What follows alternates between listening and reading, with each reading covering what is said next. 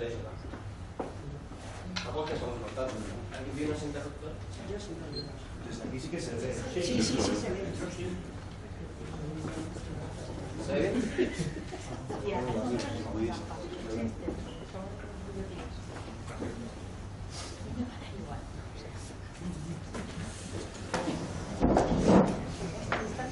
Si puede ser Sergio, a lo mejor apagar las luces de arriba y Claro, pero es que no sabemos dónde se apaga.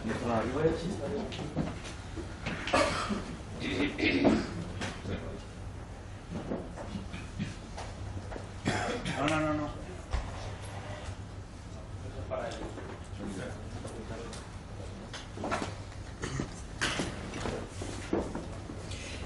Muy, escúchame.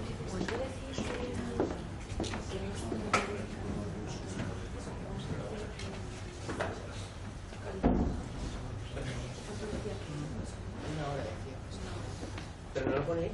No, A lo mejor creo que cuando te pongas a grabar... me he puesto ya a grabar. ¿Ya está grabando? Sí. ¿Y no aparece el tiempo? No. O sea, el tiempo es ascendente. No descendente. Técnicamente es una hora. A los 55 minutos corto y ya está. ¿No? Si quieres hacer una nueva prueba para ver que está realmente en baja calidad. Sí que está. Vale, muy bien. Bueno, pues buenos días. Vamos a empezar. En primer lugar quiero hacer los agradecimientos de rigor, en primer lugar a vosotros, que la verdad es que sois una audiencia bastante más nutrida de lo que pensábamos. Y bueno, la verdad es que es muy aleccionante y es de agradecer. Y en segundo lugar, la Biblioteca Iván de Vargas, que nos ha ayudado con la difusión de este acto y han estado dispuestos a acogernos.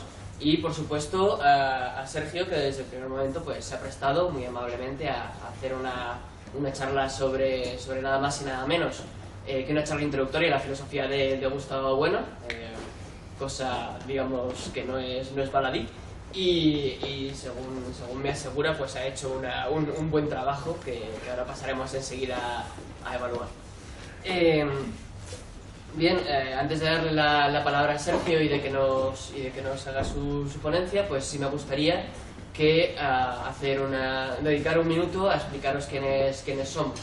Un minuto nada más. Nos llamamos la Asociación Ecatón, somos los que hemos organizado este acto y vamos a organizar más actos como este. Somos una asociación cultural que se dedica, en muy pocas palabras, a hacer divulgación de filosofía. Y consideramos que hay un auténtico agujero a este respecto. Consideramos que apenas hay divulgación en filosofía, signifique eso lo que en realidad quiera significar, pero no hay apenas un trabajo de difundir y de mostrar al gran público todo lo que se hace en filosofía hoy día, y venimos nosotros a suplir esta carencia. Somos unos estudiantes y yo creo que puedo decir, unos practicantes de la filosofía que nos hemos asustado un poco ante este vacío y que consideramos que la filosofía es algo muy interesante por la gran amplitud de sus temas actuales y de la gran profundidad con lo que los trata, y que además consideramos que la filosofía es algo importante y tiene un lugar fundamental en nuestro mundo contemporáneo, de manera que una falta de difusión como la que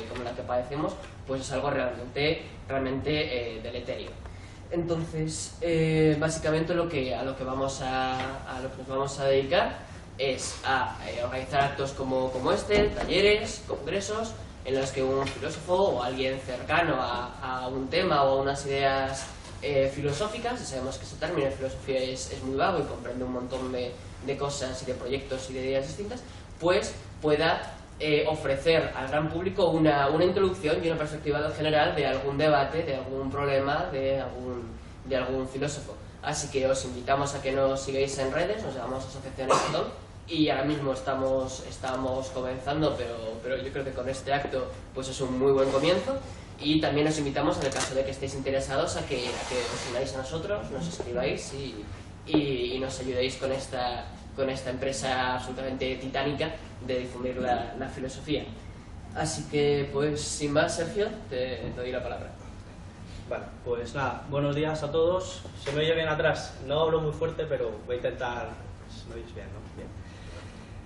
Bueno, pues lo primero agradecer a la Asociación Ecatón que me haya invitado, que sea el primero que abre la brecha, ¿no? Y a vosotros por asistir. Yo tampoco me he esperado tanta gente, aunque es verdad que ha venido familia, ¿no? Y eso, un poco trampa, pero bueno. Nada, agradeceros la asistencia. Lo que voy a hacer en esta charla es dar una visión global de la obra de Gustavo Bueno.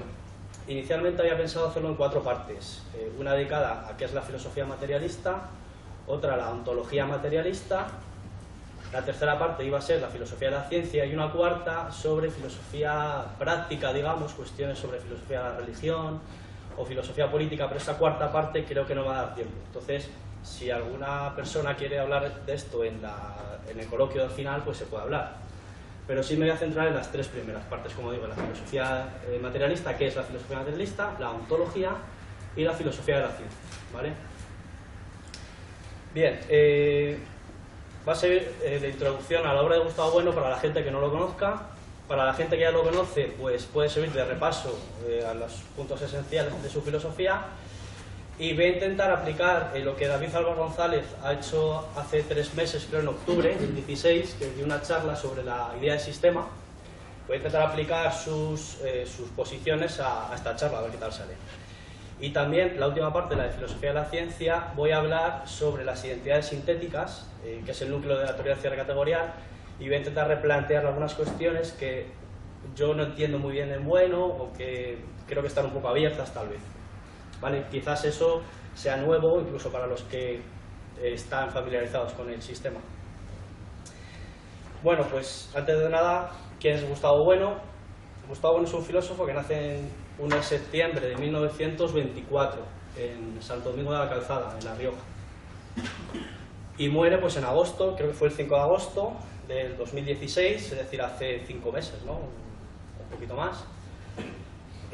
Murió en Llanes, ¿no? En Asturias. Y bueno, no voy a hablar de su vida mucho porque tampoco creo que sea importante, simplemente situarle al filósofo. Ahí tenemos una foto, le conoceréis todos, de haberle visto en televisión seguramente. Voy a destacar solo 2 o 3 etapas de su biografía intelectual y ya paso a la primera parte. Gustavo Bueno es catedrático de instituto en Salamanca hasta el año 60. En el año 60 viaja a Oviedo para instalarse durante 40 años casi, es catedrático en la Facultad de Filosofía de Oviedo, y desde entonces, creo que fue en el 98, desarrolló su actividad en la Fundación Gustavo Bueno, la fundación que lleva su nombre, allí en Oviedo. Y hasta el mismo año de morir, pues siguió publicando, siguió dando conferencias, como él diría, pues murió con las botas puestas. Entonces, como digo, voy a dividir en 3 partes la exposición. La primera, cómo se entiende la filosofía materialista, qué quiere decir esto, y sobre todo, qué no es la filosofía materialista. La parte 2 sería la ontología materialista, la filosofía del ser, y la tercera, la filosofía de la ciencia. Tal vez la más intensa y densa sea la parte 3, ¿vale? Utilizaré el término materialismo filosófico, a veces filomat, es para mí es equivalente, se me escapará, por eso lo digo. Si escucháis filomat me refiero al materialismo filosófico, que es el sistema de Gustavo. Y escuela, no solo él, claro, lo desarrolla más gente. Bien, pasamos entonces a la parte primera, qué es la filosofía y qué no es la filosofía materialista. Gustavo Bueno solía decir que todos somos filósofos. Todos somos filósofos. Es decir, que todos tenemos un mapa del mundo, un mapa mundi, en el que organizamos nuestras ideas y a través de las que actuamos. Es decir, todos tenemos una idea de qué es la religión, qué son las religiones, qué es el hombre, qué es el Estado, qué es la ciencia, y cuestiones más prácticas como pueda ser una posición sobre el burkini, o sobre los refugiados, o sobre Donald Trump, o sobre lo que sea, ¿no? Es decir, todos tenemos esas ideas filosóficas o ideas prácticas entre las que organizamos nuestra vida y sobre las que nos movemos. En ese sentido, todos somos filósofos. Ahora bien, todos somos filósofos y todos organizamos nuestras ideas en torno a unos mapas, mapamundi que llama Gustavo Bueno, mapamundi filosóficos. Voy a hacer una distinción, una triple categorización de los mapas que está basada en, bueno, pues por ejemplo en el ego trascendental, que es la última obra que publica Bueno antes de fallecer en el mismo 2016. No, esta clasificación no la hace exactamente así, pero bueno, yo la voy a tomar así por resumir. Él habla de mapa mundi mito poético. Son los mapamundi pues, propios de las fases primarias y secundarias de las religiones, es decir, cuando las religiones se trataba, o su contenido era el culto a los animales, o a los dioses politeístas, ¿no? O sea, las religiones politeístas. Y en estos mapas mitopoyéticos, como digo, las analogías que se establecían pues eran del estilo: el hombre cazador cazaba con un arco, pues el arco iris pensaría un miembro que utilizase este mapa mitopoyético, el arco iris sería pues el arco de un dios cazador, por ejemplo. Es decir, que hace una analogía de proporción entre el arco y las flechas que él utiliza con el arco iris y el arco del dios cazador. Por ejemplo, también, pues, no sé, los ríos, ¿no? Los ríos tienen una distribución sinusoidal, ¿no? Digamos. Pues, igual que la serpiente hace surcos en la tierra, pues, por analogía, pues una serpiente, tal vez gigante, pues haya hecho los ríos. Es decir, este tipo de pensamiento mitológico es el que funciona sobre todo en las fases primarias y secundarias de la religión. Bien, hay otro tipo de mapas que serían no ya mitopoyéticos, sino, vamos a llamarlo, abstractos sustancialistas o teológicos incluso, que suponen una transformación y una crítica de los mapas primeros. Es decir, ¿dónde surge esta crítica a los mapas mitopoyéticos? Pues en Grecia, con la filosofía griega, cuando Tales de Mileto, por ejemplo, y los demás presocráticos, pues, que por cierto son todos geómetras, no por casualidad, digamos que la geometría nace en Grecia, veremos lo que es la geometría después, o cómo se entiende la geometría desde el materialismo filosófico. Nace en Grecia la geometría y un minuto después nace la filosofía. Pues Tales de Mileto critica, Tales de Mileto me refiero, y todos los presocráticos, no solo él, por supuesto, critica los mapas mitopoyéticos de Zeus. Zeus no es el dios que manda los rayos, en fin, tampoco. Todo el panteón politeísta griego, digamos, es criticado, ¿no? por estos presocráticos. Y en su lugar, ¿qué ponen los filósofos presocráticos? Pues una sustancia, digamos, una sustancia como pueda ser el agua. Tales de Mileto dice que el agua es el principio del arjé, ¿no? Lo llama él, el principio filosófico. Es decir, todo es agua, dice Tales de Mileto. Anaximandro, Anaxímenes, Heráclito, por ejemplo, dice que todo es fuego, ¿no? Que el fuego es el origen, etc. Bien, estos mapas, como digo, de metafísicos o teológicos, también podríamos situar en este tipo de mapas a las teologías pues de las religiones judía, islámica y cristiana, ¿no? En la que ya no es, como decíamos, Zeus o animales los encargados de configurar los fenómenos del mundo, sino un dios creador y omnipotente. Y contra este tipo de mapas, a su vez, habría un tercer tipo de mapas, ¿no? Ya tenemos los mitopoyéticos los primeros, los metafísicos los segundos, metafísicos o teológicos, y el tercer tipo de mapas serían los abstractos, o los propios de la filosofía crítica, entre los cuales estaría el mapa del materialismo filosófico. También, por ejemplo, el de Spinoza, más gente, ¿no? Bien, sobre este tercer tipo de mapas vamos a hablar más. Lo que sí que me interesa subrayar es que nadie escapa a la filosofía, todos somos filósofos, y que todos tenemos un mapa del mundo. Entonces, serán mapas más o menos bien configurados, conflictivos, tendremos todos ideas más o menos confusas, pero todos tenemos un mapa mundi. Es decir, y tampoco es estanco, todos podemos tener pues a lo mejor algunas ideas propias de los mapas mitopoyéticos. Por ejemplo, hay gente que todavía cree en el horóscopo, ¿no? Ese tipo de cosas, o la lotería, cosas así, ¿no? Y hay gente que todavía cree en Dios, y hay gente pues que, digamos, que también tiene ideas pues que serían propias del tercer mapa. Lo que digo es que no es una cosa estanca. Los mapas, los tres tipos de mapas que digo, pues cruzan, incluso una misma persona puede tener ideas de los tres tipos de mapas. Así al menos lo veo, ¿no? Bueno, ¿cuál sería entonces la labor de la filosofía crítica de Gustavo Bueno en este sentido? Pues la labor crítica práctica sería la de avisar o destruir los mitos y fundamentalismos propios de los mapas mitopoyéticos y teológicos. Es decir, porque esa labor de demolición de los mitos oscurantistas sería una labor indirectamente también política, ¿no? Es decir, la filosofía crítica de Gustavo Bueno tiene entre sus funciones principales servir de contención a los mitos y fundamentalismos, propios, como digo, de los mapas mitopoéticos y metafísicos. Bien, en el texto de 1995, las obras de Gustavo Bueno no las he querido decir al principio, las voy diciendo conforme vaya hablando, ¿vale? Pues en 1995 escribe un opúsculo que se llama ¿Qué es la filosofía?, en el que hace una clasificación de distintos tipos de filosofía dogmática, habla de filosofía adjetiva, etc. Yo voy a resumir y voy a hacer simplemente dos grupos, porque me interesa para la exposición. Habría un tipo o un grupo de maneras de entender la filosofía como saber de primer grado. ¿Bien? Y otro grupo de filosofías que la entienden, o otro grupo de enfoques a la filosofía de segundo grado. ¿Cuáles serían los saberes de primer grado? Bueno, pues sobre todo la herencia aristotélica, es decir, la ciencia del ser en cuanto ser, ¿no? Del libro de la metafísica, creo que es el libro 4 o 5, no me acuerdo, donde Aristóteles habla de la ciencia del ser en cuanto ser, o de lo que es en tanto que algo que es, o como se quiera traducir. O también herencia aristotélica, pues la ciencia de las primeras causas, ¿no? Esto sería saberes de primer grado, o entender la filosofía como saber de primer grado, o la ciencia de la ciencia, etc. O más recientemente, pues la sapiencia, digamos, sobre el ser y la nada.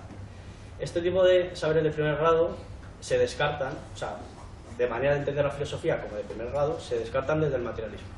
El materialismo filosófico entiende que la filosofía es un saber de segundo grado. Bien.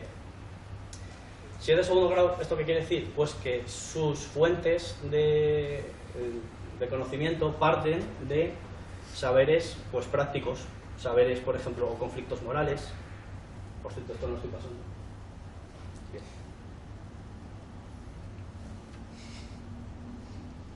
Bueno, perdona. Pues la manera de entender la filosofía como saber de segundo grado parte de las técnicas, de las ciencias, de los problemas morales y políticos. Es decir, que la filosofía no tiene campo propio, digamos, o no parte de fuentes propias, sino de fuentes exteriores a la propia filosofía. Eso es lo que quiero decir, ¿no?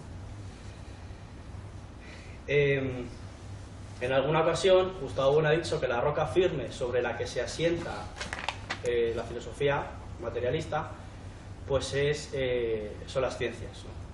Es decir, parafraseando al Evangelio, ¿no? Creo que es en San Juan, cuando dice, o en Mateo, no me acuerdo, dice Jesucristo: si edificáis sobre mí vuestra vida, nos dice a los discípulos, pues vendrá el viento y no se la llevará, yo seré la roca firme sobre la que tenéis que edificar mi vida. Bien, parafraseando al Evangelio digo, Gustavo Bueno dice: la roca firme sobre la que se asienta la filosofía materialista son las ciencias, sobre todo las ciencias, también las técnicas y las tecnologías, pero sobre todo las ciencias. En el que es la filosofía dice que nos salva del relativismo las ciencias y la ética. En la ética también habría un tipo de saber más o menos universalista. Bueno, digamos, ya veremos eso si no da tiempo. Entonces, como decimos, la filosofía no es un saber gnóstico ni místico al que unos cuantos privilegiados pudieran acceder, sino que las fuentes de la filosofía son accesibles a cualquiera que haya traspasado el nivel de salvajismo, con perdón de Lévi-Strauss.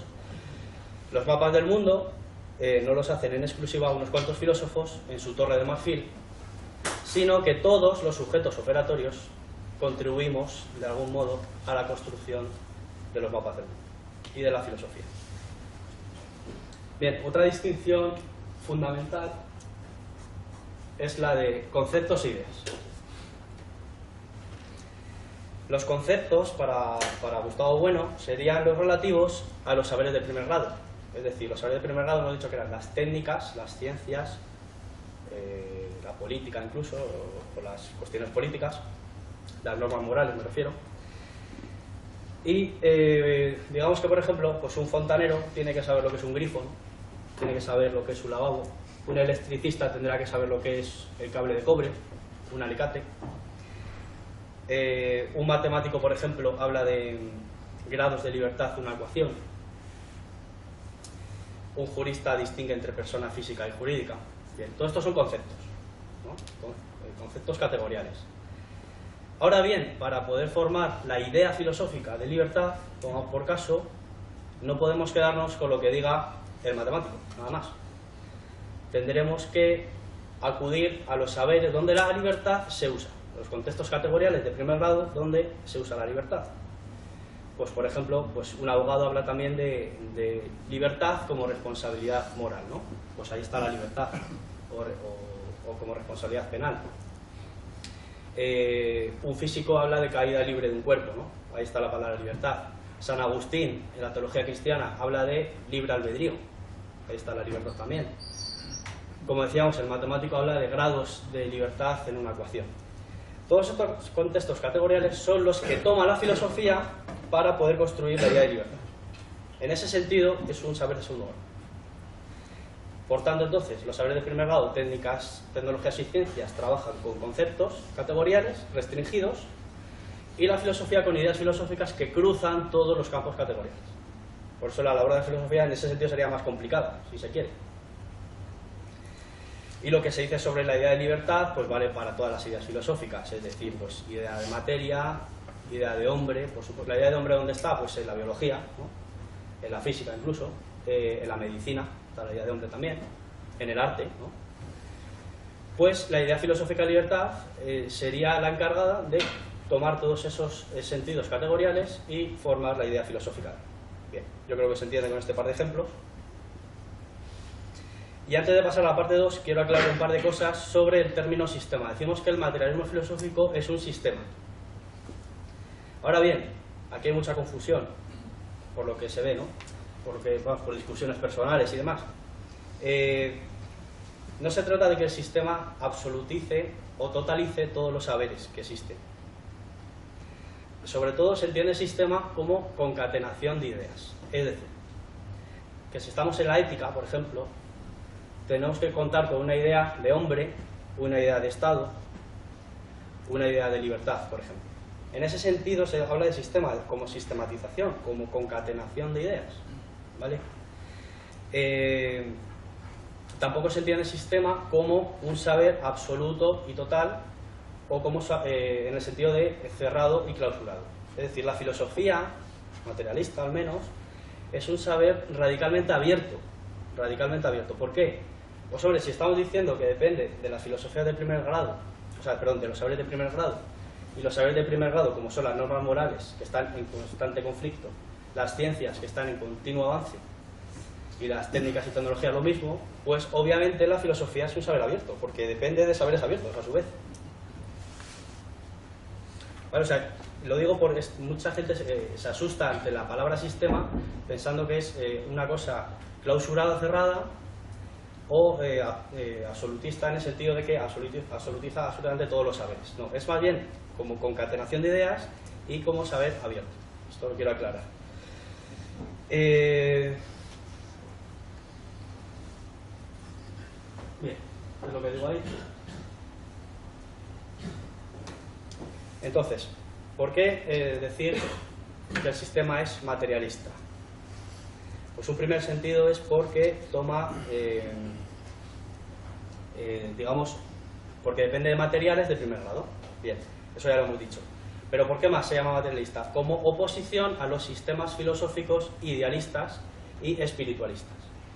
Pensar es pensar contra alguien, lo decía Bachelard, lo recoge Gustavo Bueno, y en filosofía sobre todo está clarísimo que pensar es pensar contra alguien, es decir, se construye sobre y contra otros. Pues podemos poner el ejemplo de Aristóteles, construye sobre y contra Platón, ¿no? Yo sé, se me ocurre, por ejemplo, Spinoza construye sobre y contra Descartes, ¿no? Y Leibniz contra Spinoza. Russell y Wittgenstein, pues algo parecido, ¿no? Uno sobre el otro. Es decir, lo que quiero decir es que la filosofía es polémica, ¿no? Por su propia estructura. Las referencias polémicas del materialismo filosófico son las filosofías idealistas, veremos lo que es ahora mismo, y las espiritualistas.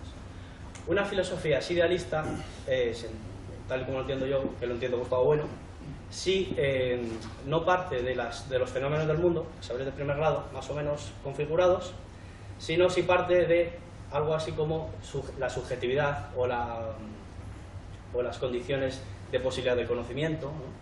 Estoy acordando de Descartes y de Kant sobre todo. Ese tipo de filosofías serían idealistas. ¿Y cuáles son las filosofías espiritualistas? Pues las que consideran como reales o como posibles los vivientes incorpóreos, es decir, los espíritus. Aquí se niegan los vivientes incorpóreos, los espíritus, por razones dialécticas, que en las que no voy a entrar, si luego queréis en el coloquio podemos entrar. Pero sí que me parecía importante destacar que la filosofía materialista se configura en todo momento como una oposición a los sistemas idealistas y los espiritualistas. Llega a decir Gustavo Bueno en un texto, no me acuerdo de qué año es, 2007, pues bueno, no me acuerdo. Dice que se llama el texto 12 tesis del idealismo trascendental kantiano frente a las correspondientes 12 tesis del materialismo filosófico. Está en el Basilisco, está en internet publicado. Bueno, llega a decir al final del texto algo parecido a: el materialismo filosófico se configurará como entidad plena, como sistema filosófico, cuando se consiga oponer punto por punto al idealismo trascendental kantiano. ¿Hasta qué punto la filosofía materialista es polémica, ¿no? Y pensar es pensar contra él. Bueno, entonces, he anunciado que iba a tomar como referencia la conferencia de David Alvar González de octubre del 16, que está también en internet, si la queréis ver, en la que habla de que los sistemas filosóficos, él dice que todas las filosofías son sistemáticas, o deberían ser sistemáticas, la del materialismo filosófico en concreto, y anuncia tres tipos de principios. Principios perifilosóficos, principios ontológicos y nosiológicos. Bien, para cerrar esta parte, los principios perifilosóficos, es decir, que están alrededor de la filosofía, sería entender la filosofía como saber de segundo grado, que se construye como ideas a partir de los conceptos categoriales, como oposición en todo momento a los sistemas filosóficos idealistas, y en tercer lugar, como un sistema que se opone punto por punto al espiritualismo. Yo considero estos tres que serían por lo menos los que yo destacaría. Habría más, si luego al final se os ocurre alguno, pues lo hablamos después. Bien, vamos a pasar entonces a la parte segunda, a la ontología.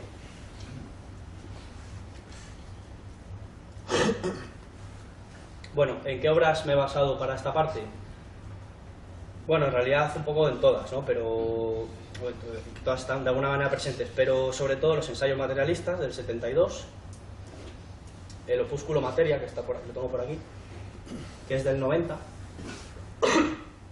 y el libro El ego trascendental, que es del año 2016, o sea, hace nada, hace unos meses. Bueno, ¿qué es eso de la ontología? Bueno, todos los sistemas filosóficos a lo largo de la historia han contado al menos con tres partes diferenciadas, al menos con tres. Una de esas partes, la base o la cúpula, digamos, según se quiera poner la metáfora, era es la ontología o la filosofía del ser. Bien. ¿Qué es lo que hay en el mundo? ¿Qué es lo que existe? ¿Qué es el mundo? ¿Vivimos en un mundo lleno de apariencias? ¿Vivimos en un sueño, como diría Descartes, o películas como Matrix? Es decir, ese tipo de cuestiones son las que trata la ontología, ¿no? Ontología significa saber del ser, ¿no? Bien, aparte de esta ontología, todos los sistemas filosóficos habrían contado además con una parte dedicada a la filosofía de la ciencia o algo parecido, y a otra parte tercera a filosofía de cuestiones prácticas. Es decir, voy a poner dos ejemplos muy rápidos. Los estoicos pues tenían una lógica, una física y una ética, ¿no? Es decir, la lógica sería el logos, ¿no? Sería la correspondiente a la ontología. La física que llamaría los estoicos sería lo que nosotros vamos a considerar como teoría categorial, es decir, el equivalente, ¿no? Y la ética y la práctica pues sería las cuestiones, pues ya digo, filosofía política y demás. Si se quiere un ejemplo más reciente, Popper, ¿no? Un ejemplo de hace un filósofo muy reciente. Popper también tenía una ontología, la de los tres mundos, mundo primero, mundo segundo, mundo tercero. Tenía una filosofía de la ciencia, sobre todo, que es por lo que es más conocido, el falsacionismo, que aquí vamos a criticar después un poquito más adelante, ¿no? Y una filosofía política, pues también, ¿no? La correspondiente más o menos a la socialdemocracia, a la sociedad abierta y demás. Lo que quiero decir es que en los sistemas filosóficos estas tres partes más o menos son identificables. Bien, ¿cuál es la idea directriz que gobierna el sistema del materialismo filosófico? Pues la idea de materia, claro. Es la idea directriz, ¿no? La que orienta todo lo demás. Es decir, que todo lo que es y existe en el mundo es materia. Ahora bien, no hay que entender que todo lo material es reducible a lo corpóreo o a lo físico. Es decir, hay otro tipo de entidades que lo vamos a ver ahora enseguida, pero lo que anuncio es que no todo es corpóreo. En el materialismo filosófico, aunque se llame un materialismo, no quiere decir que todo sea corpóreo ni físico, ¿vale? Además, bueno, la palabra materialista pues tiene una carga negativa, peyorativa en nuestro entorno, ¿no? Pues materialista parece ser el que le gusta el dinero, ¿no? El que le gusta la fama o los placeres, ¿no? Se le llama materialista como despectivamente. Bueno, aquí obviamente se huye de esos sentidos vulgares del materialismo. Bueno, voy a poner una cita ahora de... no sé, en lo que creo que no se ve, ¿no? Bueno, lo voy a leer. A ver, es una cita de el comienzo del que es la ciencia, que también es un opúsculo del 95, que me parece muy buena para resumir la ontología materialista. Bueno, si no se lee, lo leo yo, de todas maneras. Dice, el mundo que envuelve a los hombres y a los animales, pone entre paréntesis, no tiene una morfología que pueda considerarse como inmutable e independiente de quienes forman parte de él, interviniendo en el proceso de su variación. Atención, dice, el mundo es el resultado de la organización que alguna de sus partes, por ejemplo los hombres, establecen sobre todo aquello que incide sobre ellas. Y está en función, por lo tanto, del radio de acción que tales partes alcanzan en cada momento. El mundo no es algo previo, por tanto, al estado del mundo que se refleja en el mapa mundi, lo que los alemanes designan como Weltanschauung de cada época. Dice, el mundo no es, en resumen, la totalidad de las cosas, la omnitudo rerum. Solo es la totalidad de las cosas que nos son accesibles en función del radio de conformación de nuestro, del radio de acción de nuestro poder de conformación de las mismas. A ver, este texto que parece tal vez un poco complicado al principio, creo que es esencial para entender lo que es el materialismo filosófico y sobre todo en su posición respecto del mundo, ¿no? Acaba con un cuento que es muy ilustrativo, dice, bueno, con una especie de cuento, dice, para los sapos del cuento que vivían en el fondo de un pozo, el mundo era ese pozo. Cuando regresó al pozo un sapo que el día anterior había sido recogido sin querer en el cubo por el sacristán que sacaba el agua para regar el huerto, pudo decir a sus compañeros, el mundo es mucho más grande de lo que pensáis, se extiende hasta las tapias del huerto del señor cura. Esto es el mundo para el materialismo. Luego volveré sobre esto para que cuando hable de la teoría categorial, volveré a este texto porque creo que se entenderá todavía mejor. Bien, entonces, este mundo, el mundo en el que habitamos, es un mundo finito. Está al alcance del hombre y está organizado por el hombre. Bien, esta idea filosófica de mundo es lo que se conoce en el materialismo filosófico como materia ontológico especial. M sub I. Ahí no he puesto el subíndice porque, bueno, pero vamos, M sub I se escribe M mayúscula sub I. La materia se entiende en ese sentido como filtrada por los hombres, como a escala antrópica, es decir, no da en sentido absoluto la materia, sino mediada y canalizada por el hombre. Eso es lo que significa M sub I. Este mundo que vemos, el mundo aspectabilis, M sub I, va cambiando conforme los hombres y también los animales vamos construyendo las técnicas y las ciencias que dotan a nuestro mundo de sus morfologías características. Las cosas de nuestro mundo, el materialismo filosófico, es decir, lo que puebla MI, M sub I, como digo, lo llama estromas. Es decir, no sustancias como en la tradición aristotélica, bueno, la usía aristotélica que se traduce por sustancia, últimamente Tomás Calvo traducía, profesor de la Complutense, traducía por entidad, ¿no? Que ha sido muy polémica esa traducción. Es decir, las cosas no son sustancias, sino que en el materialismo se entiende como estromas. ¿Qué quiere decir esto? ¿Por qué se elige estromas? Pues hombre, porque el término sustancia tiene una connotación de aislamiento, digamos. Y sin embargo, las cosas en el materialismo filosófico, las cosas de nuestro mundo, están unas relacionadas con otras. No todas con todas, sino hay unas ciertas discontinuidades, una simple que, pero sería como una urdimbre, ¿no? Es decir, las cosas están relacionadas unas con otras. Por eso se utiliza la palabra estroma y no sustancia o cosas. Bien, las cosas están entramadas entonces en urdimbres finitas. Ahora bien, ¿qué pasaría si desapareciesen los hombres y los animales? Pues que desaparece el mundo. Pero claro, hombre, obviamente no desaparece el mundo en absoluto, porque eso sería un idealismo terrible, ¿no? Sino que lo que desaparece es el mundo de las morfologías características M sub I. Y es aquí donde entraría la idea de materia ontológico general. Es decir, M mayúscula, se simboliza por M mayúscula. Es decir, la totalidad de lo real, la omnitud rerum, la totalidad de las cosas, no se reduce a la materia filtrada por los hombres, sino que desborda al propio hombre. Es decir, la materia ontológico general es anterior al hombre y seguirá siendo y actuando cuando el hombre desaparezca. Es decir, cuando se apague el sol, pues la materia seguirá fluyendo, digamos, ¿no? Entonces, la dialéctica entre M sub I, como decíamos, nuestro mundo M sub I y M, esa dialéctica que hay, es mediada por la idea de ego trascendental, E mayúscula. Entonces, las tres ideas cardinales del materialismo filosófico son M sub I, M y E. ¿Y qué es esto del ego trascendental? Bueno, pues allí lo explica Bueno precisamente en su último libro, como decía, que se llama así, El ego trascendental, que es un libro precioso, por cierto, muy bonito. A quien le guste la filosofía, pues que lo va a disfrutar, ¿no? Entonces, ¿cómo se entiende el ego trascendental? Bien. Pues a ver.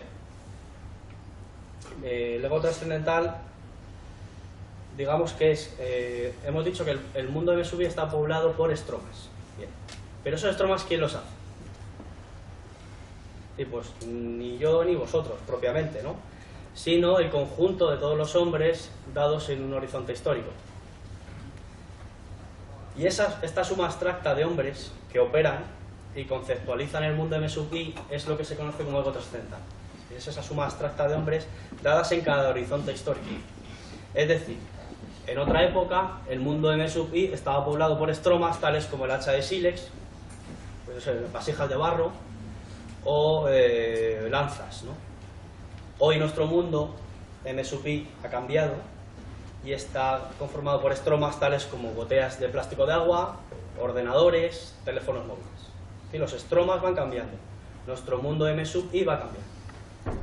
Pues esos cambios se van produciendo de alguna manera por el ego trascendental. Es el que operaría no como un ego psicológico ni espiritual, sino como una suma abstracta de los sujetos que operan en cada horizonte histórico. Si se entiende, o he entendido yo al menos así, ese libro del ego trascendental. Esto del ego trascendental tampoco es inaudito. De alguna manera casi todos los sistemas filosóficos, o los mapamundis, mejor dicho, como decíamos al principio, han contado con una idea análoga a la del ego trascendental. Por ejemplo, el judaísmo, en el Éxodo capítulo 3, versículo 14, ¿no? Dice Yahvé, yo soy el que soy, o yo soy el que está siendo, ¿no? Ahí está funcionando Yahvé como demiurgo del mapa mundi de los judíos. Ese sería, en su sistema, el ego trascendental sería Yahvé. En el Evangelio de San Juan dice Jesucristo, yo soy la verdad, el camino y la vida. Pues ahí está funcionando como ego trascendental. En el sistema de Descartes, ¿qué sería el ego trascendental? El cogito ergo sum, el cogito que piensa, ¿no? Que no es propiamente un ego psicológico, tampoco. Y en Kant, pues el yo pienso, ¿no? Así que en todos los sistemas filosóficos, en Spinoza es un poco más complicado de ver, pero bueno, en casi todos los sistemas filosóficos habría un ego trascendental. Bueno,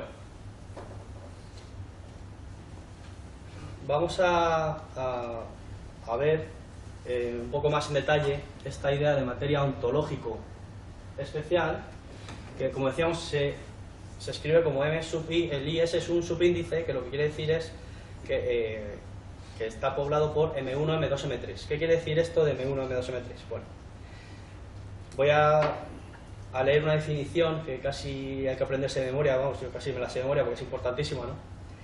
En 1990, Gustavo Bueno escribe para un diccionario alemán un artículo, un artículo, digamos, que se llama, que ha salido publicado como un libro y se llama Materia, ese libro, ¿no? Librito que también está libre por ahí, en internet. Creo que la Fundación Gustavo Bueno, no sé dónde está, bueno. Bien. El texto dice: el término materia, está ahí, ¿no? Sí. El término materia designará inicialmente a la materia determinada, que es lo que he puesto yo entre corchetes M sub I, ¿no?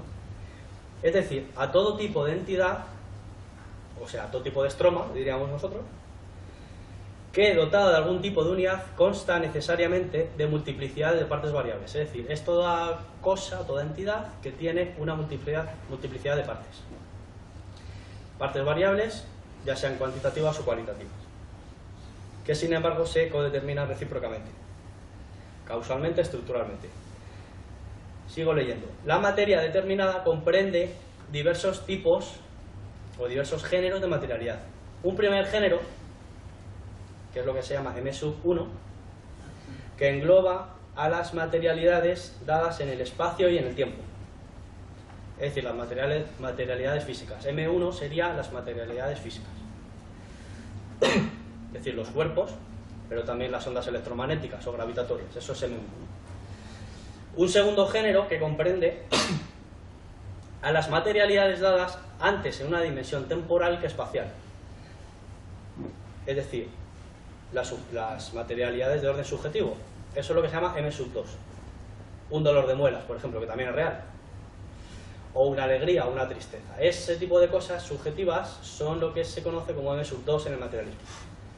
Por eso decía antes que no todo se reduce a materialidad física. O sea, materialista no quiere decir el que cree que solo existen o el que defiende que solo existen lo físico, lo corpóreo, no. Como vemos, también hay materialidades de orden subjetivo, pues por ejemplo un dolor de muelas, ¿no? Y un tercer género de materialidades en el que se incluyen los sistemas ideales de índole lógico, matemático, etc. Y que propiamente no se recluyen en un tiempo o espacio propios. Claro, el teorema de Pitágoras, ¿dónde está el teorema de Pitágoras? En ningún sitio, ¿no? Digamos que M1 entonces son las realidades espaciotemporales, realidades físicas. M sub 2, realidades temporales, porque suceden en el tiempo, es decir, el dolor de muelas es temporal, al rato te puede dejar de doler, pero no se sitúa en ningún sitio en concreto, es decir, es temporal pero no espacial. Y habría un tercer género de entidades que serían ni espaciales ni temporales, que serían, pues por ejemplo, las entidades lógicas o matemáticas, etc. Y dice, termina este texto diciendo: en una segunda fase, el término materia, al desarrollarse dialécticamente mediante la segregación sucesiva de toda determinación, se puede entender como materialidad que desborda todo contexto categorial y se constituye como materialidad trascendental. Esto es lo que es M mayúscula, la materia ontológico-general que decimos. Vamos a poner un ejemplo. Este ejemplo lo ponía mucho cuando explicaba M1, M2, M3. Decía, bueno, pues estos dos objetos son estromas, ¿no?, de nuestro mundo, son objetos físicos, M1. ¿Vale? Yo si los separo, esa separación sería una operación M sub 2. Y la distancia que hay entre esta botella y este libro no es una distancia física, es una distancia de índole matemático, ¿no? Pues ahí vemos cómo están involucrados los tres géneros de materialidad: cuerpo físico, operaciones M sub 2 y entidades lógicas que no son espirituales, porque la distancia tampoco es espiritual, no tiene por qué ser espiritual, sino que es tan material como las otras dos. La distancia entre dos cuerpos, por ejemplo. Bien. Bueno, podemos hacer ahora la comparación con Spinoza muy breve, pues para que se entienda en el sistema de Spinoza, ¿qué sería? Que es un sistema también materialista, ¿no? ¿Cómo se tienden estas ideas? Bueno, pues digamos que en Spinoza la sustancia infinita, absolutamente infinita, ¿no? En Benito Spinoza me refiero, la sustancia absolutamente infinita, lo que llama Deus, Dios o la naturaleza, sería lo que nosotros hemos llamado M mayúscula. Ahora bien, esa sustancia tiene dos atributos, como lo llama Spinoza, que son la extensión y el pensamiento, que son accesibles al hombre, digamos. Eso es lo que correspondería con la materia ontológico especial. Y los estromas pues serían los modos de los atributos, que en Spinoza pues serían pues los cuerpos, etc. Bien. Bueno, en Kant, ¿qué idea funciona análogamente como nuestra M mayúscula? Pues la idea de noúmeno. No es lo mismo, pero sí que habría una cierta coordinación, ¿no? La idea de noúmeno. Y la idea de fenómeno pues sería M sub I. Bueno, para que, digamos, lo que venimos de filosofía, pues que nos orientemos un poco con estas ideas, ¿no? En resumen, M es la omnitudo realitatis. Es el mundo, el universo, M, la totalidad de lo real que quedaría si los hombres desapareciesen o si nunca hubiesen existido. M sub I, sin embargo, es el mundo tallado por los hombres, que no crean propiamente nada, sino que construyen su mundo con una materia que les es dada. Vamos a poner otro ejemplo para ir terminando con esta parte, y es el Sol, ¿no? El Sol es una estroma de nuestro mundo también. El Sol es una materialidad física, es decir, es una materialidad M1, sí, claro, porque está lleno de hidrógeno y de helio, ¿no? ¿En qué sentido aquí figura M2? Pues en el sentido de todas las operaciones que hacemos para entender el Sol, es decir, tirar fotos o, en fin, o mirar el Sol, o todo el tipo de operaciones que hacemos para configurar el Sol, serían de orden subjetivo M2 si se quiere, y todas las relaciones que establecemos, por ejemplo, de distancias o de configuraciones de los elementos químicos que tenga el Sol, serían materiales M3, ¿no? Es decir, que el Sol es un concepto tallado a escala antrópica, o sea, a escala del hombre, ¿no? Lo importante es entender que nunca penetraremos de modo absoluto en la comprensión de lo que es el Sol. Es decir, el límite, ¿cuál es el límite? Pues el límite es nuestra escala, nuestro cuerpo, nuestras manos sobre todo, nuestras manos. Es decir, siempre se podría conocer más y mejor el Sol, digamos, dicho así de otra manera, ¿no? De cualquier modo, el Sol es algo inagotable. Y esa es una de las funciones de M mayúscula, de la materia ontológico general. El de saber que la materia de cada ente, de cada cosa o de cada estroma es inagotable. Y es en los estromas y solo en ellos donde se aplican los conceptos humanos, pues por ejemplo los de todo y parte, etc. En los estromas y no en las materialidades o en la materia ontológico general. Sin los hombres no tendría sentido propio decir que el Sol tiene partes, porque eso es un concepto antrópico, ¿no? El de todo y parte. Los animales, por ejemplo, no ven el Sol, sienten algo que les calienta, ¿no? Y que les hace vivir, pero no perciben propiamente el Sol. Entonces, si los hombres, desaparece el Sol, no en absoluto, sino que permanecería obviamente no desaparecería el Sol, desaparecería esa cosa que está ahí que calienta, ¿no? Esa cosa que calienta, sin morfología alguna humana, sería un contenido de M, de la materia ontológico general, pero no de M sub.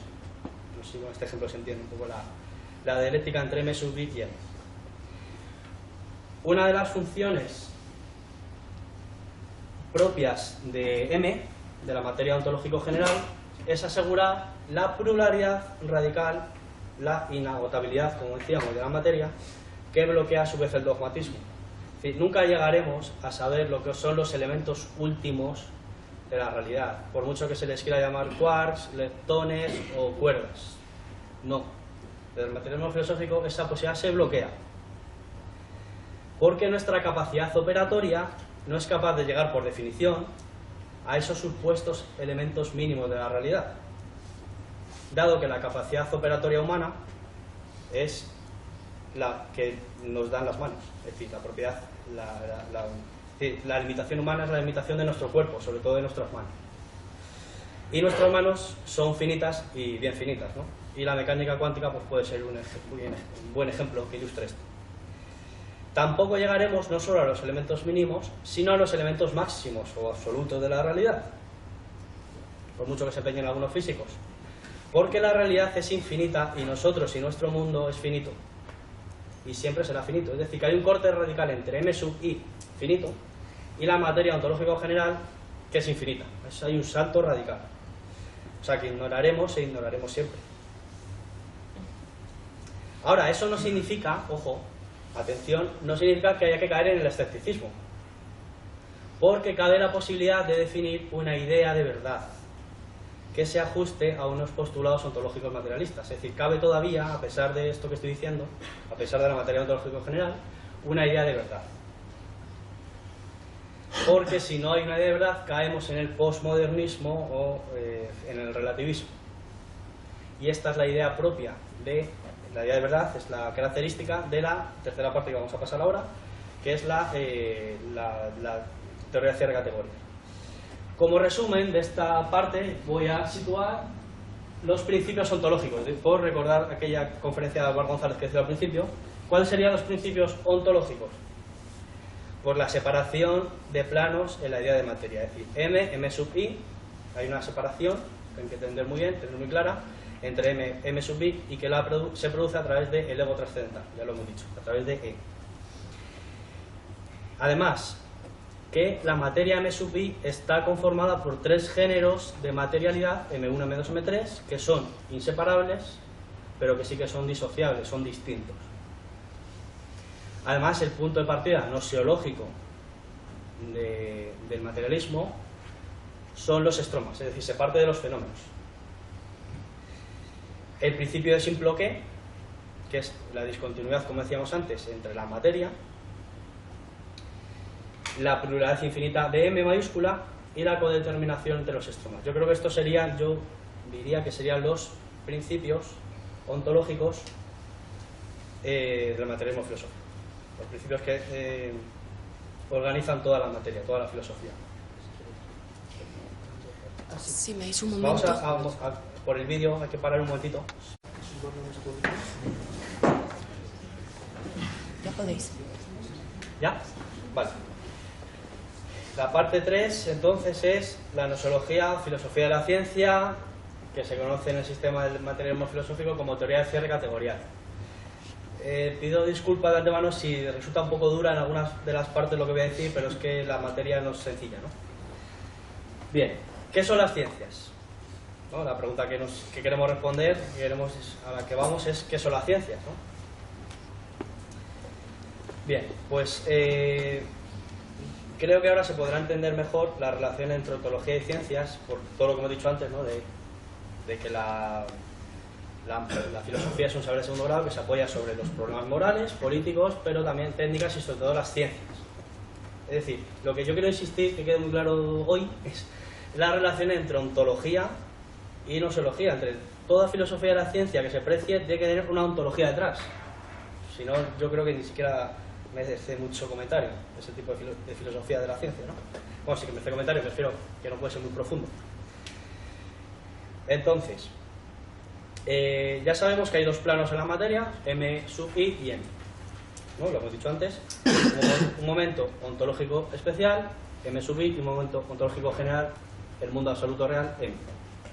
Bien, pues nuestro mundo, m sub i, está modelado por las técnicas y las ciencias, en sus morfologías características, como ya hemos dicho.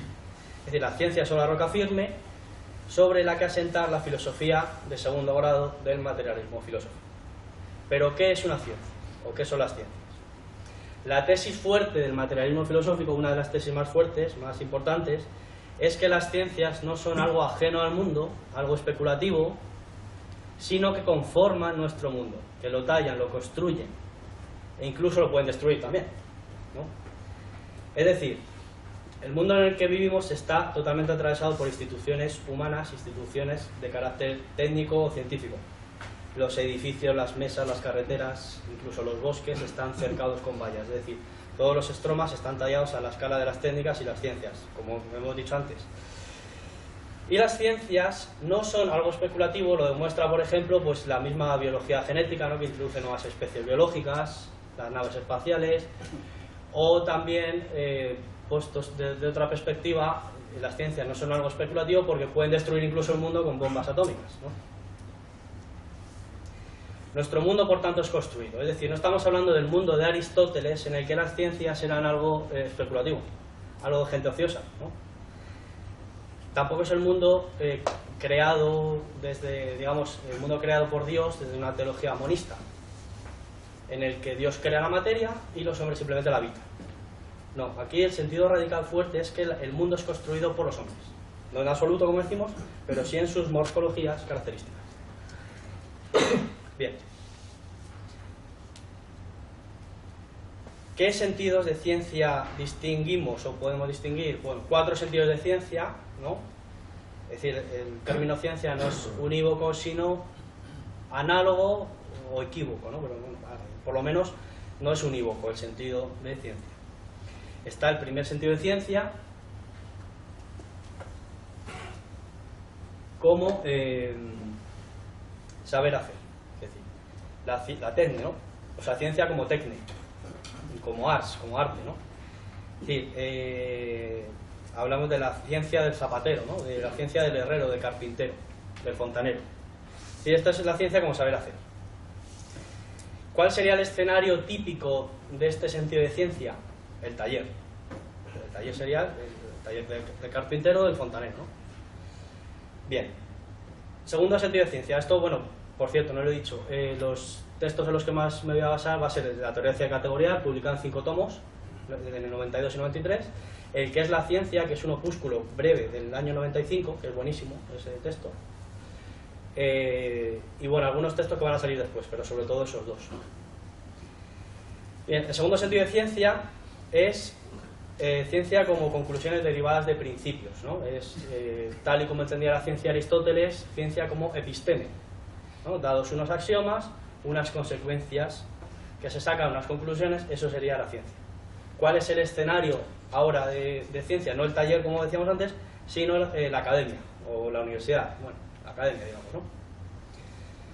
De mucha gente entiende así los elementos de Euclides, ¿no?, como una ciencia pues del que se parte de los principios y se sacan conclusiones. Nosotros vamos a negar a la geometría euclidia este segundo sentido de ciencia y se lo vamos a dar en el tercer sentido, ya lo veremos esto. Pero bueno, para que se vea por dónde se va, incluso la teología dogmática de Santo Tomás, la suma teológica, se encuadraría aquí. Bien, ¿cuál es el tercer sentido de ciencia, el más importante? Ciencia como entendida como las ciencias positivas que surgen a partir del siglo XVII, pongamos, ¿no? XVIII, XIX, XX. Tal vez el XVIII será el siglo en el que están ahí en germen las ciencias, ¿no? Es decir, ya no el escenario ya no va a ser ni el taller ni la academia, sino que el escenario va a ser el laboratorio, si se quiere, un laboratorio, que es una confluencia dialéctica, por así decir, de taller y academia. La física, la mecánica, vamos, la termodinámica, la biología, las geometrías no euclidias son las que entran en este sentido de ciencia tercero. Una tesis importantísima también del materialismo filosófico es que todas las ciencias proceden de técnicas, no son técnicas, pero proceden de técnicas previas. Ejemplos: la geometría surge como, o viene de las técnicas de la agrimensura, ¿no?, en Egipto y demás. Es decir, no es una cosa, como diría Aristóteles, de gente ociosa, como decíamos antes, sino de las técnicas previas, ¿no?, del trato, de la medición de la Tierra, ¿no? De ahí surge la geometría. La aritmética, ¿de dónde puede surgir? Pues de los recuentos administrativos, por ejemplo, recuentos, vamos, ¿no?, los números. La química, ¿de dónde procede? Pues la química procede de la metalurgia, de la cocina, incluso de la alquimia, ¿no? Y la física, la mecánica, ¿de dónde procede? Pues del tratamiento con poreas, con planos inclinados, con máquinas, etc. De que las ciencias tienen en su germen técnicas previas, todas las ciencias. Es decir, no es algo, por eso la ciencia no es algo lingüístico, no se reduce a lo lingüístico. Eso es un reduccionismo terrible, ¿no? Y el último sentido de ciencia sería el de las ciencias llamadas humanas, ¿no? O antes, en tiempos llamadas ciencias morales, si se quiere, ¿no? ¿Qué ciencias humanas? Bueno, pues la sociología, ¿no? Incluso la psicología, tal vez, en el que ya no hay escenario, ya no es ni taller, ni academia, ni laboratorio. ¿Cuál es el escenario propio de las ciencias humanas? No hay escenario. Eso tal vez sea una pista por la cual el cierre de categoría no las considera ciencias estrictas. Lo veremos también esto. Bien. Ahora, estos 4 sentidos de ciencia no son aleatorios, caprichosos. Hay un orden interno, aunque solo sea por lo que decimos de que los escenarios se van construyendo uno sobre el otro. Es decir, el laboratorio necesita el taller, pero también necesita la academia. Vale, pues para ordenar estos sentidos de ciencia se necesitará una teoría de la ciencia. Y esta teoría de la ciencia, pues por ejemplo, tiene que distinguir la ciencia en sus partes constitutivas. Es decir, ¿por qué la geometría esférica, ¿no? digamos, se parece más a la biología molecular que a un tratado de política o a una sinfonía de Haydn, ¿no? ¿Por qué? Sí. Una teoría de la ciencia tiene que saber distinguir y dar cuenta de este tipo de problemas, ¿no? O este tipo de preguntas. Bien, pues en el sistema de Bueno es la filosofía de la ciencia o la gnoseología la encargada de analizar estos problemas lógico-materiales y la estructura lógico-material de las ciencias. Es decir, hay que saber distinguir un teorema científico de una obra de arte. ¿O qué es lo que hace que un músico, en cuanto tal, no sea un químico? Pues bueno, distinguir esto, ¿no? Muy precisamente. De esto se trata en el cierre de categoría. Bien, ¿de dónde partimos?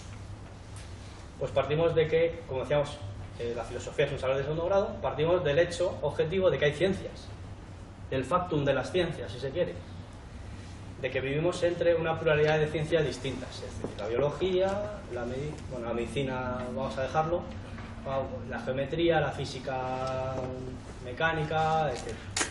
Hay una pluralidad de ciencias. Ahora bien, ha habido muchas filosofías de la ciencia que han pretendido buscar una ciencia única, es decir, Descartes, por ejemplo, hablaba en el siglo XVII de la mathesis universalis, es decir, de una ciencia que se daría cuenta de todas las demás ciencias.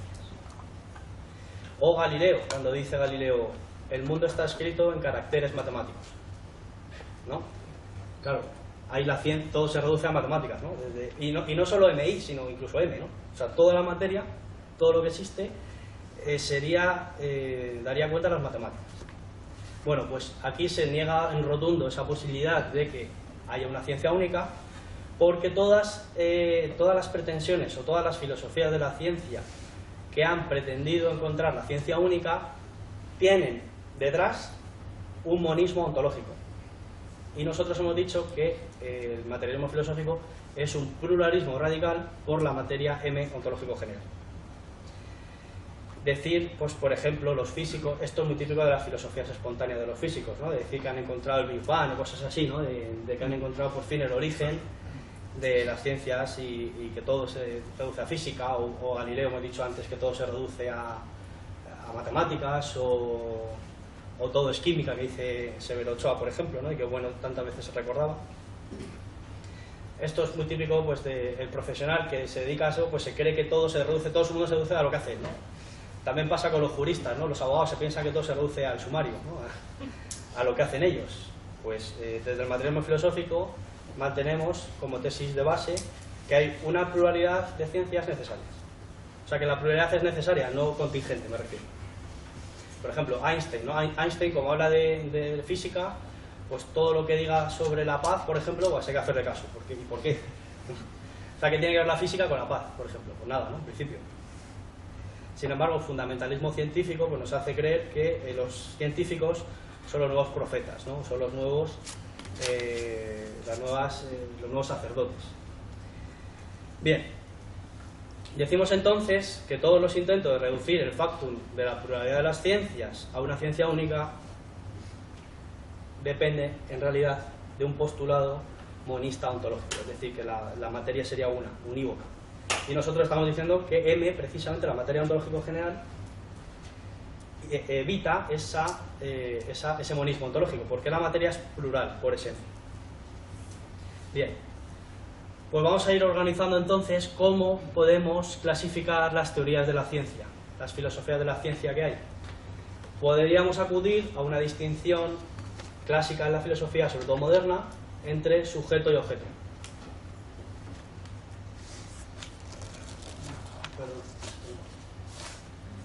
Bien. Pero la distinción sujeto-objeto es más propia, según Bueno, de filosofías idealistas. Y ya hemos dicho también que nos oponemos a las filosofías idealistas. ¿Cuál es entonces el hilo conductor para clasificar las ciencias? Pues el par materia-forma. Obviamente mucho más afín al materialismo, el par materia-forma, que el de sujeto-objeto, que además el par sujeto-objeto queda subsumido en el par materia-forma, como veremos. Entonces, solo con el par materia-forma, de todas maneras, no podemos clasificar las ciencias. Necesitamos además la idea de verdad. Hemos dicho que la idea de verdad es la esencial en las ciencias. Entonces, cruzando los criterios materia-forma y verdad, vamos a tener 4 teorías de la ciencia, o mejor dicho, 4 familias de teorías de la ciencia. De tal manera, esta clasificación pretende ser exhaustiva, es decir, todas las filosofías de la ciencia o van a ser, como pone ahí, o descripcionistas, o teoreticistas, o adecuacionistas, o circularistas, ¿no? Bien, ¿cómo vamos a clasificar entonces estas 4 familias? Bien, pues vamos a dar el par materia-forma, 1, el símbolo 1, ¿no? Que viene de la lógica, digamos, la aritmética. 1, el peso máximo, la fuerza máxima, y 0, el peso mínimo. Antes de nada, habría que avisar de que la verdad no es un sentido, no es una idea unívoca tampoco, sino que la verdad es una idea también análoga. Es decir, la verdad aparece en contextos prácticos, pues por ejemplo, digamos, el cazador que cazaba con flechas no dudaba de la verdad de que las flechas mataban, porque si no, que cazaba, vamos, que podía cazar con ellas. Es decir, que digamos que el escepticismo es propio de gente ociosa, ¿no? De otra manera, porque es decir, gente que tiene otro tipo de necesidades no se plantea ni siquiera el escepticismo, ¿no? La verdad también no solo se entiende como éxito, en ese sentido de que podemos cazar y matar a los animales para poder vivir en otras épocas, por ejemplo, sino que la verdad también se opone, por ejemplo, a mentira o a error. Hay una multiplicidad de sentidos en la idea de verdad. Bien, pues la idea de verdad en la teoría del cierre categorial va a estar vinculada a la identidad, bueno, a un cierto tipo de identidad. Lo voy adelantando. Vale, entonces hemos dicho que para clasificar las familias en familias, las filosofías de la ciencia que hay disponibles, las vamos a clasificar en 4 grupos con el par materia-forma. Bien, pues por ejemplo, empezando con el descripcionismo. Vamos a decir algo muy brevemente. A ver, me interesa esto lo traigo además, lo de las familias de la ciencia, para que se vea en un ejemplo práctico y concreto cómo la filosofía es polémica, es decir, cómo pensar es pensar contra alguien y cómo la filosofía del cierre categorial se configura contra otras, pero contra otras reabsorbiéndolas. Es decir, si la filosofía de Bueno es potente, es precisamente por su capacidad explicativa, no por ningún tipo de dogmatismo o fanatismo, como a veces se ha acusado, o se nos ha acusado, si yo me incluyo, a los seguidores de Bueno, sino que precisamente es por la capacidad explicativa, sencillamente, de las otras teorías de la ciencia. Es decir, un ejemplo, ¿por qué la medicina occidental, ¿no?, es superior, digamos, a la de los curanderos? Bueno, pues porque desde la medicina occidental se puede explicar por qué los curanderos sanan, pero al revés no se puede hacer. Y hay una absorción, digamos, ¿no?, de explicación. Pues algo parecido pasa en el materialismo filosófico. Se supone que es la filosofía, en principio, más potente que está disponible en el presente. Ha faltado otra mejor. Se supone que la virtualidad del materialismo es su capacidad de explicar. Bien, por eso también quería traer, digo, todo este tipo de familias de filosofía de la ciencia para ver cómo el cierre categorial las absorbe críticamente, dialécticamente. Bien, pues el descripcionismo, ¿qué es esto del descripcionismo? Bien, pues son las filosofías de la ciencia, el grupo de filosofías de la ciencia, que otorga valor 1 a la materia, el peso máximo a la materia, y 0 a la forma. Es decir, se sustantiva la materia. El único manantial de sentido y de la verdad en las ciencias serían las cosas mismas, los hechos. Y la forma, es decir, las leyes científicas, pues no serían otra cosa que instrumentos, meros instrumentos, con los que desvelar o captar los hechos.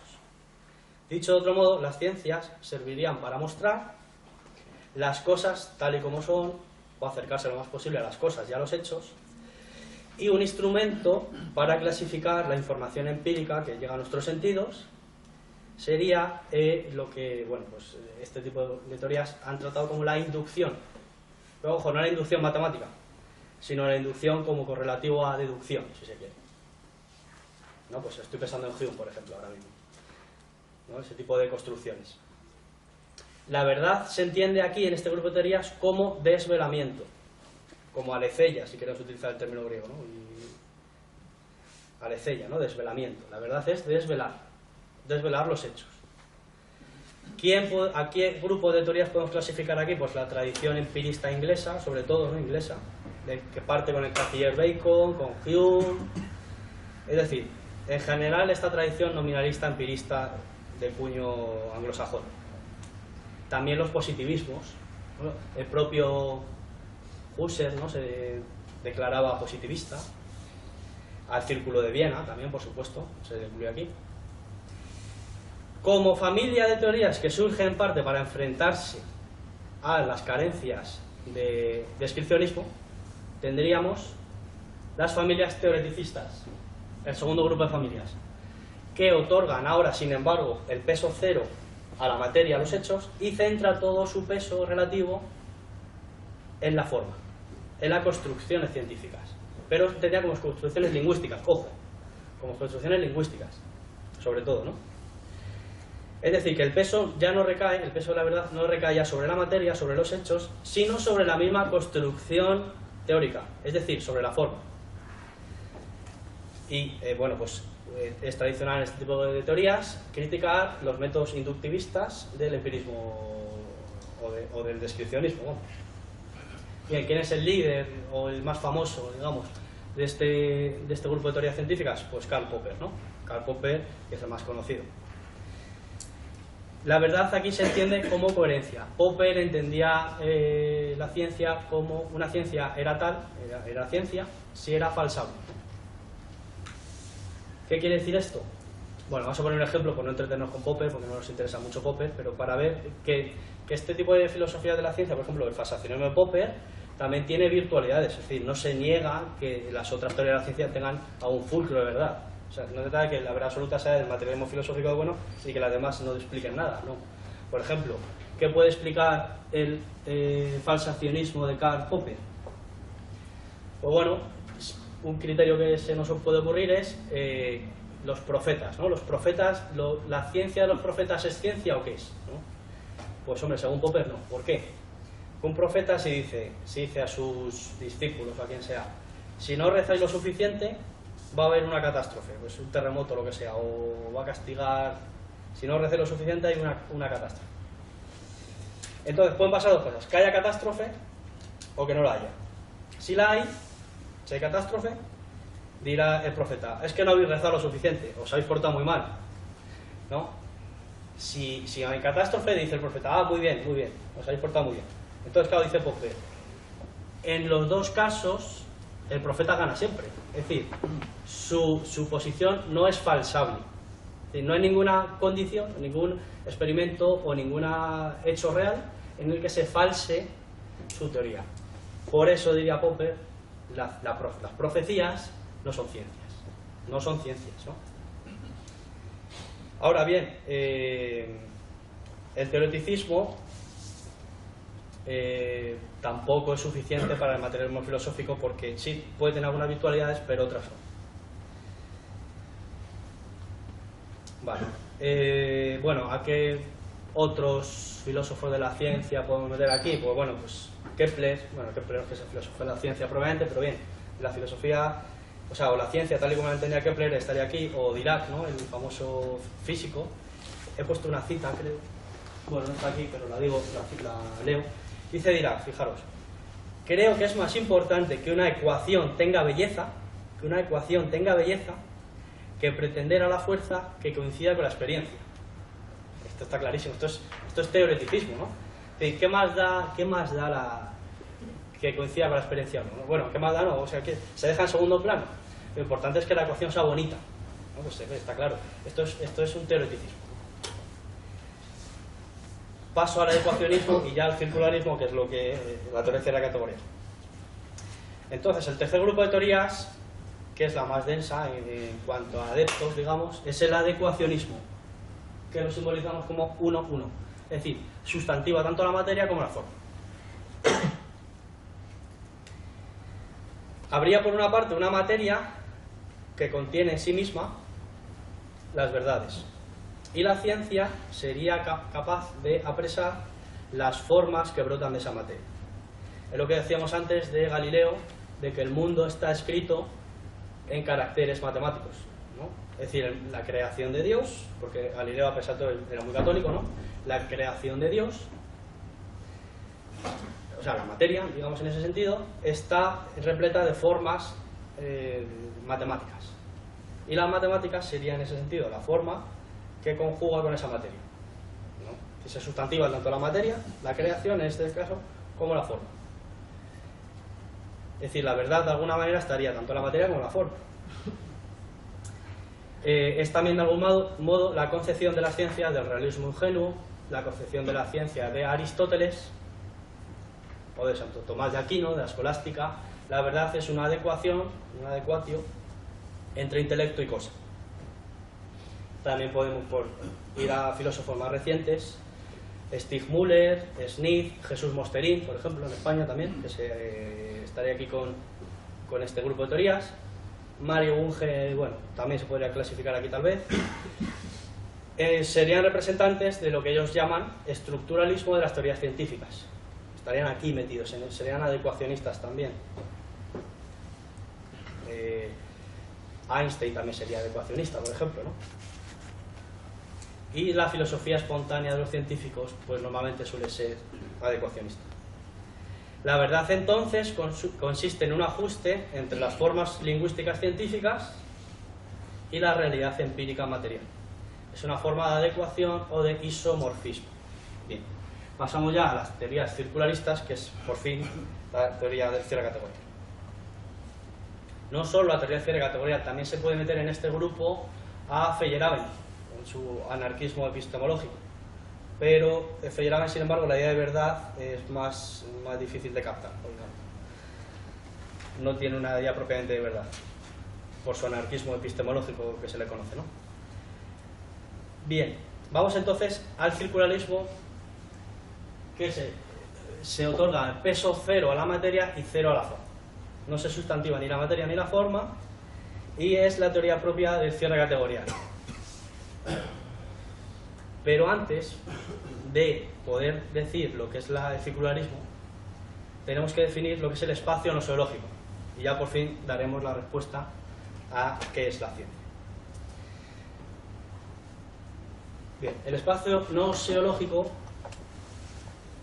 está configurado por tres ejes y en cada eje tres figuras. Bueno, ¿de dónde viene esto? Pues decir, bueno, ¿y por qué es así, no? Pues la pregunta obvia puede ser, ¿por qué tiene que tener las ciencias tres ejes y cada eje tres figuras?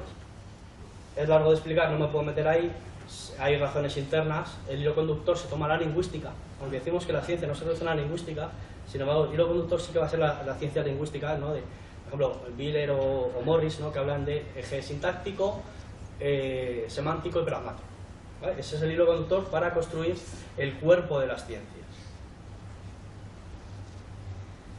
Vale, entonces, el cuerpo de las ciencias de la teoría de cierre categorial se construye a través del espacio noseológico, en el que hay tres ejes, como decimos, eje sintáctico, semántico y pragmático. Y en cada eje hay tres figuras. Vamos a verlo con un par de ejemplos para que se entienda esto rápidamente. Bueno, yo he puesto el ejemplo más sencillo que se me ha ocurrido, que es el de las matemáticas, ¿no? Las matemáticas, ¿cuál sería en el eje sintáctico? ¿Cuál es el la figura de los términos? Pues en los términos, como pone ahí, lo veis, pues los números son términos, ¿no? Es decir, los números naturales, racionales, enteros, irracionales, números reales, complejos, todo tipo de números son términos de la aritmética y del análisis matemático, por ejemplo. En geometría, las rectas, las curvas, las circunferencias, todos son términos. Las figuras planas, los sólidos, bueno. Bien.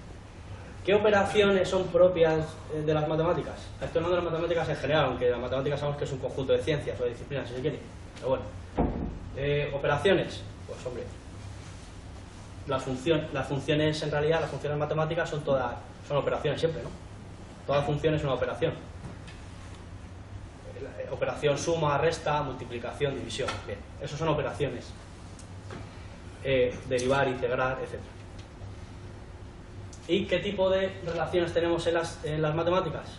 Pues las identidades notables, ¿no? Que surgen en el álgebra, ¿no?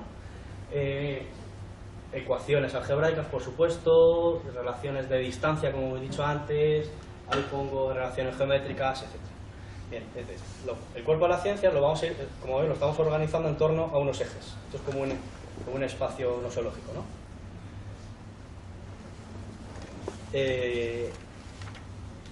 Segundo eje, el semántico.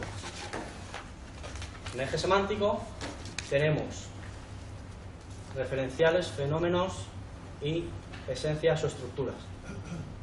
O en otros textos, por ejemplo, en el manual Simploque pone a las esencias y estructuras la llaman eje o figura ontológica o algo así, en relación con la ontología, ¿no?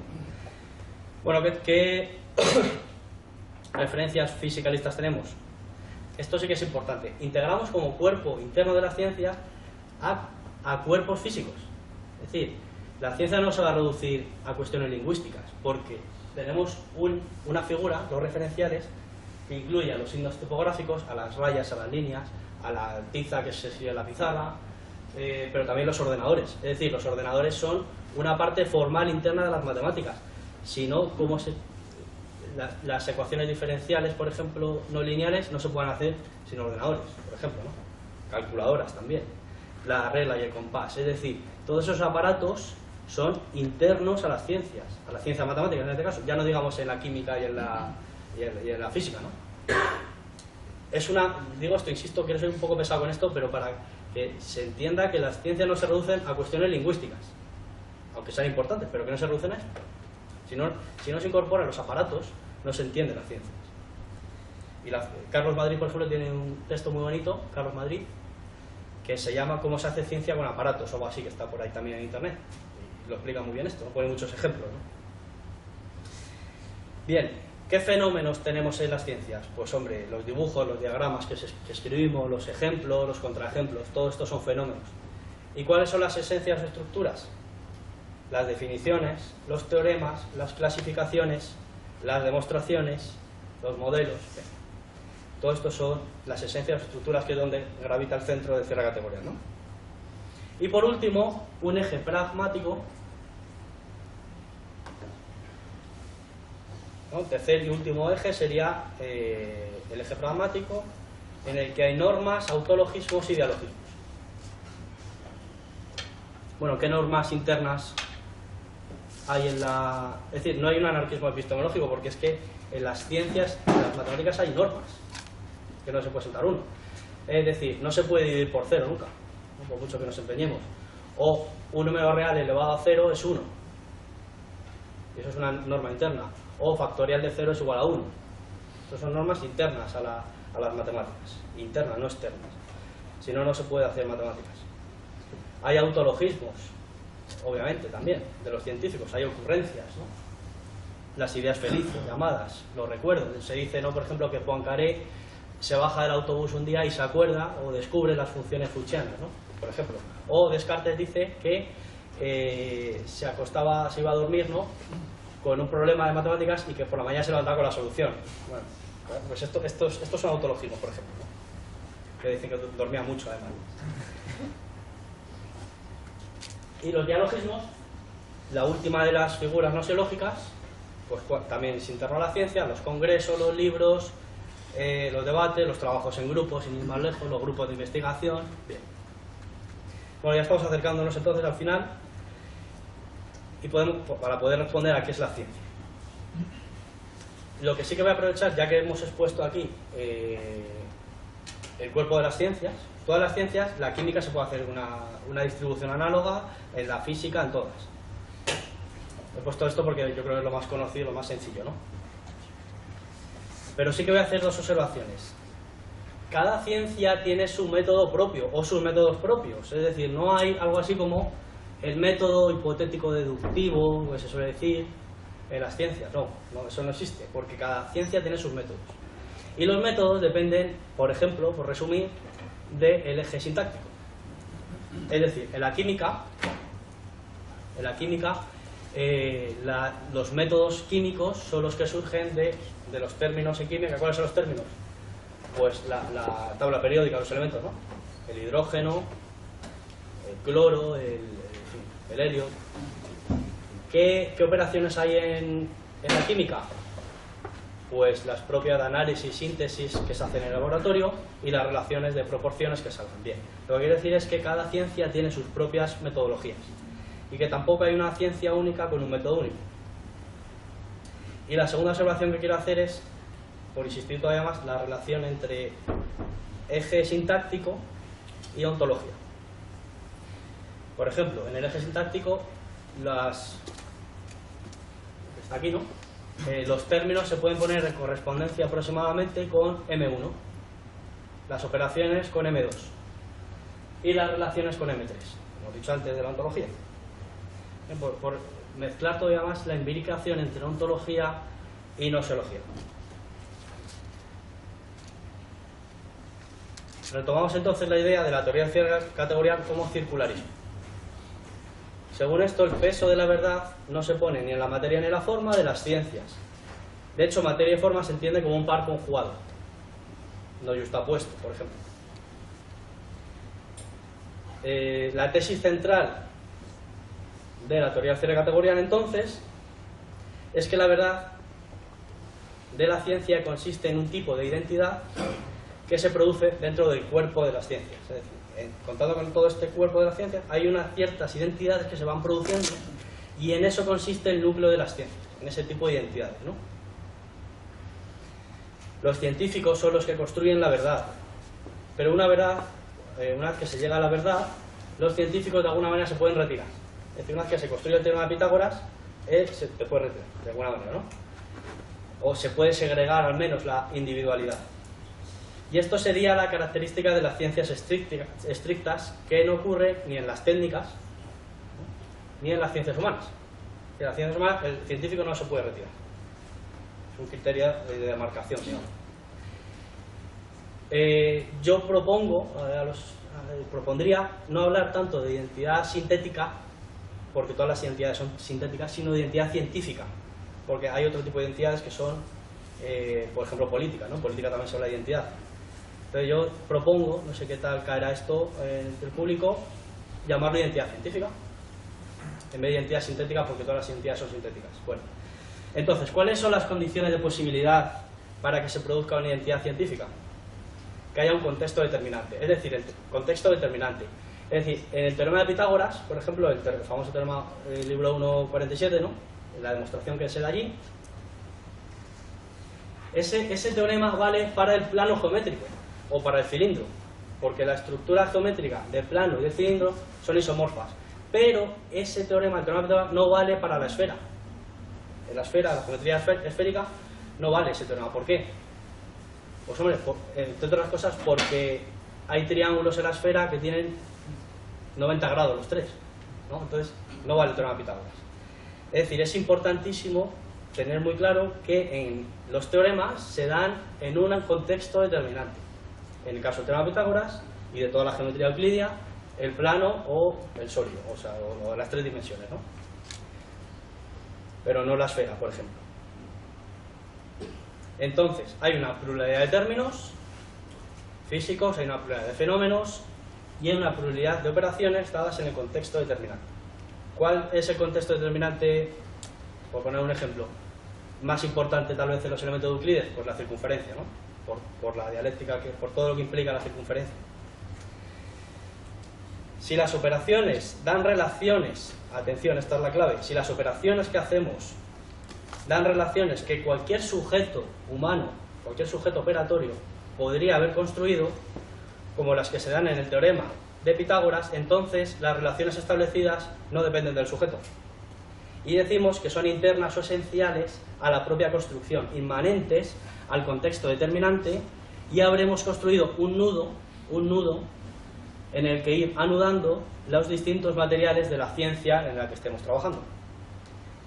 Es decir, un teorema implica relaciones lingüísticas, por supuesto, el eje pragmático sin ir más lejos, en las que se plasma en libros, pero necesariamente, esto lo insisto mucho y soy muy pesado, necesariamente implica cuerpos físicos, implica relaciones entre cuerpos físicos, ¿no? Que el propio teorema establece. Es decir, el teorema de Pitágoras no se puede hacer si no se dibuja, si no se hace la construcción, aunque sea con la tinta, ¿no? en el plano. Se necesitan cuerpos necesariamente, y triángulos, y se hacen cuadrados, etc., ¿no?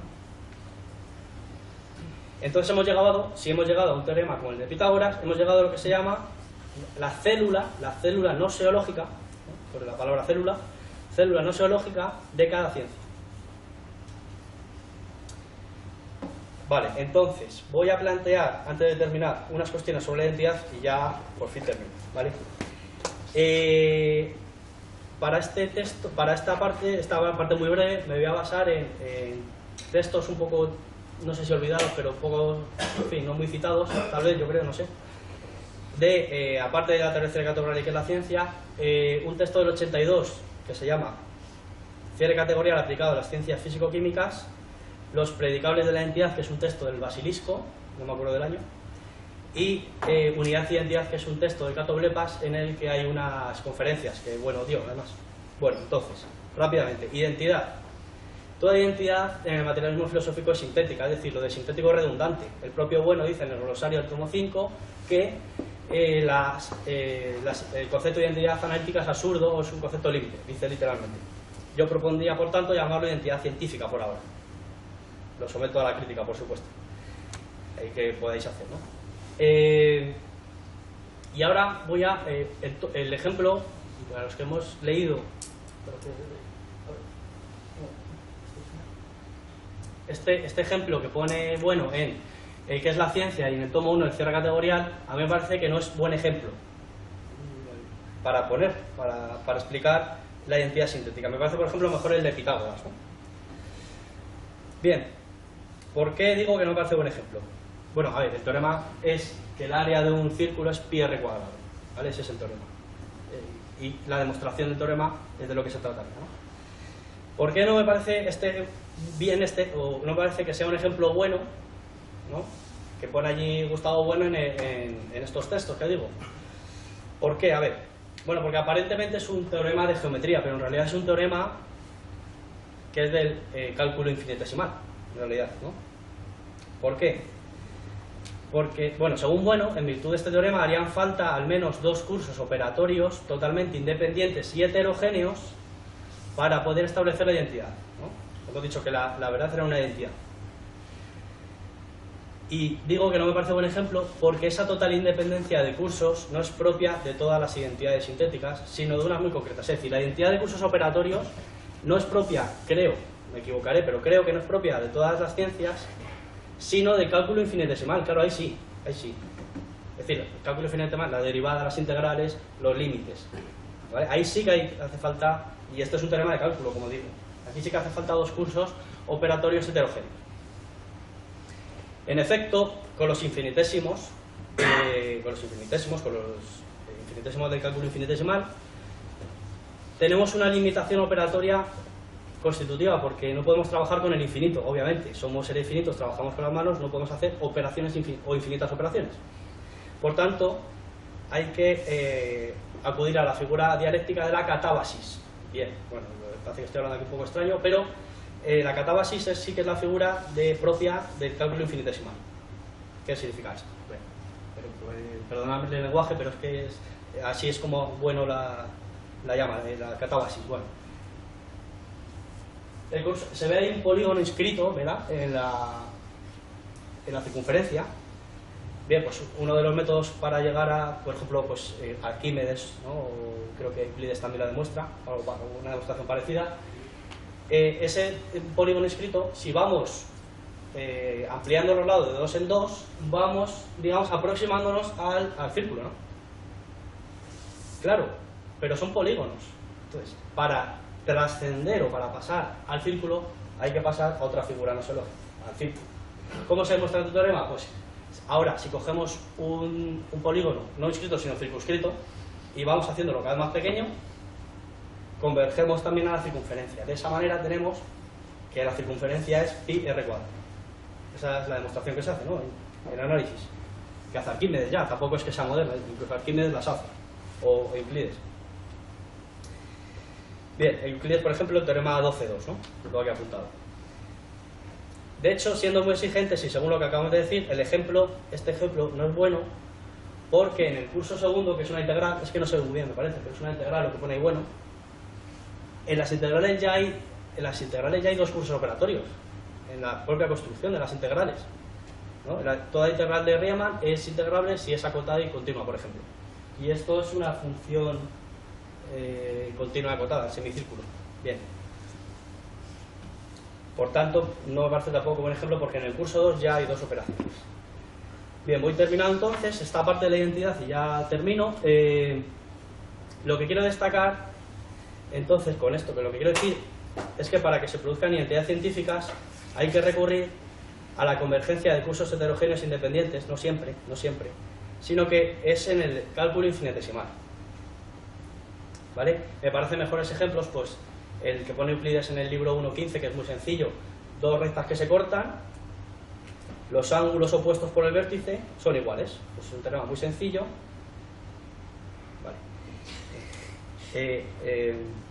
Un teorema muy sencillo en el que los ángulos son iguales, ¿no?, iguales en el sentido esencial, no sustancial, y es un ejemplo muy sencillo en el que se ve una identidad sintética. Me parece que es más sencillo poner ese tipo de ejemplos que pone bueno en el texto del cierre categorial aplicado a las ciencias físico-químicas.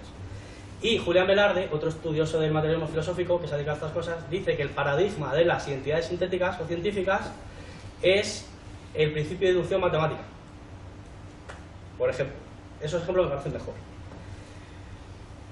¿Qué hay que hacer entonces para avanzar con el cierre categorial? Porque desgraciadamente bueno ya no está. Pues yo creo que es hacer análisis noseológicos especiales de cada ciencia. Es decir, la misión que tenemos ahora nosotros como discípulos sería ir analizando las ciencias en sus teoremas.